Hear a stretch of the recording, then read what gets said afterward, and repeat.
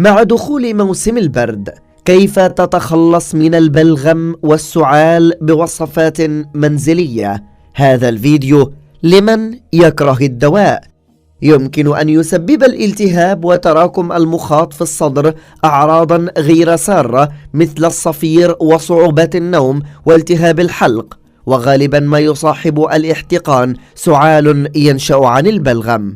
فالسعال دائما رد فعل طبيعي لتنظيف مجرى التنفس سواء من المخاط أو المهيجات الأخرى، وعادة ما يكون وجود المخاط في الصدر أمر طبيعي ولا يمثل مدعاة للقلق. ولكن في حالة كان هناك احتقان في الصدر بصورة منتظمة أو كان مصحوبا بأعراض أخرى، فهنا يجب استشارة الطبيب.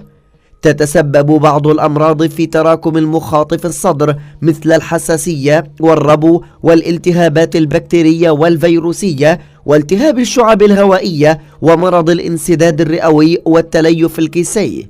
وفيما يلي وصفات منزلية للتخلص من البلغم والسعال المزعج.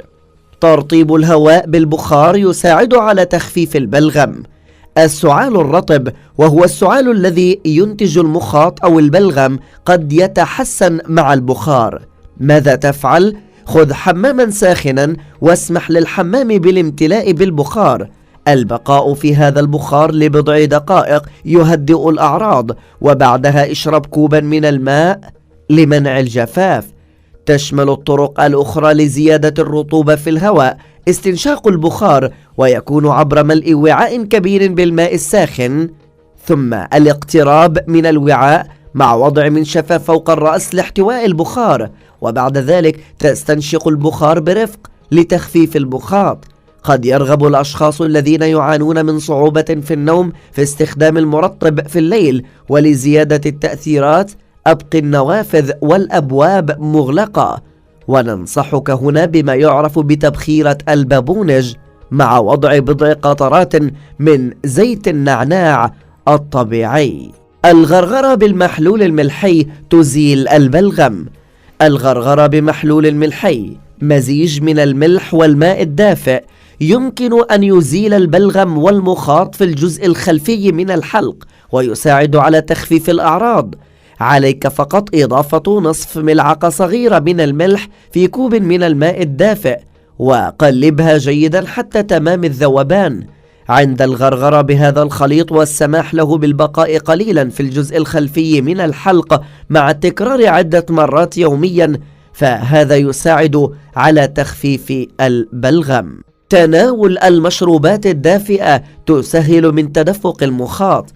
المشروبات الدافئة أو الساخنة يمكن أن توفر الإغاثة الفورية والمستمرة من تراكم المخاط في الصدر، فالبقاء رطبا يخفف المخاط مما يسهل طرده عن طريق السعال.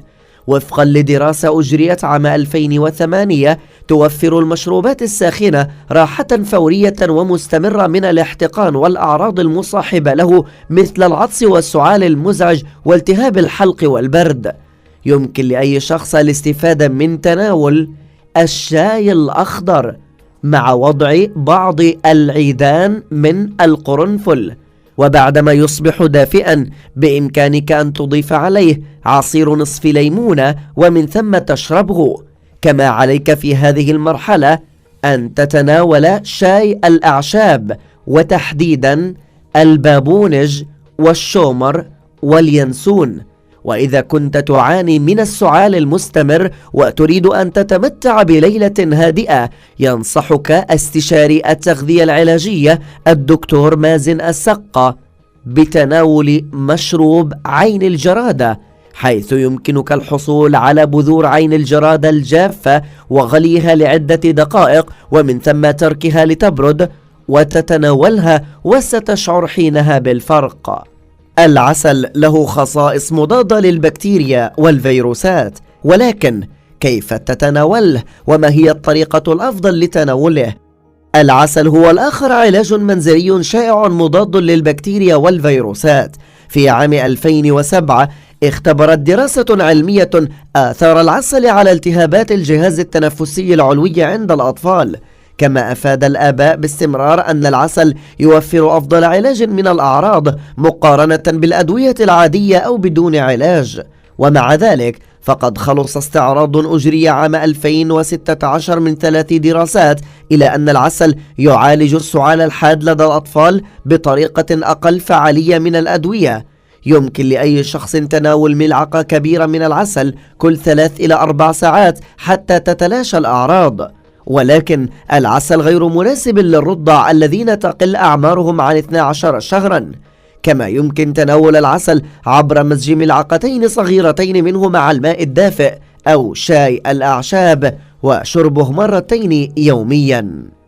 الزيوت العطرية استنشقها أو ادهنها ولا تتناولها. بعض الزيوت الأساسية يمكن أن تحسن التنفس وتخفف المخاط في الصدر، وقد يوقف البعض نمو البكتيريا التي تصيب الجهاز التنفسي. تشمل الزيوت الأساسية المفيدة زيت الريحان وزيت الكافور وزيت لحاء القرفة وزيت عشب الليمون وزيت النعناع وزيت إكليل الجبل وزيت الزعتر. يمكن استنشاق الزيوت الأساسية مباشرة من الزجاجة أو نثرها في الهواء أو إضافتها إلى الماء الساخن في استنشاق البخار. يمكن أيضا استخدام الزيوت موضعيا في فرك الصدر. امزج ربع كوب من زيت جوز الهند مع 12 قطرة من 1 أو أكثر من الزيوت الأساسية المذكورة أعلاه. كما يعتبر زيت السمسم مفيدا جدا في هذه الحالات. متى يجب زيارة الطبيب؟ يجب على الشخص زيارة الطبيب إذا كان لديه مخاط زائد في الصدر لأكثر من 3 أيام أو أن الاحتقان يزداد سوءا. وانتبه جيدا عند تحول المخاط للون الأخضر أو الأصفر، وعليك الإسراع بمراجعة الطبيب إذا كان الاحتقان في الصدر مصحوبا بصعوبات في التنفس وألم في الصدر وسعال الدم والحمى والصفير. وجود مخاط زائد في الصدر عادة ما يكون علامة على وجود عدوى أو حالة مرضية أخرى. تميل الأعراض إلى حلها في غضون أسبوع، ويجب أن تخفف العلاجات المنزلية الأعراض لمعظم الناس. نتمنى أن نالت هذه المعلومات إعجابكم. شكرا لكم على حسن المتابعة وكرم الإصغاء، وهذه تحياتي محدثكم أحمد وفريق عمل معرفة وأكثر.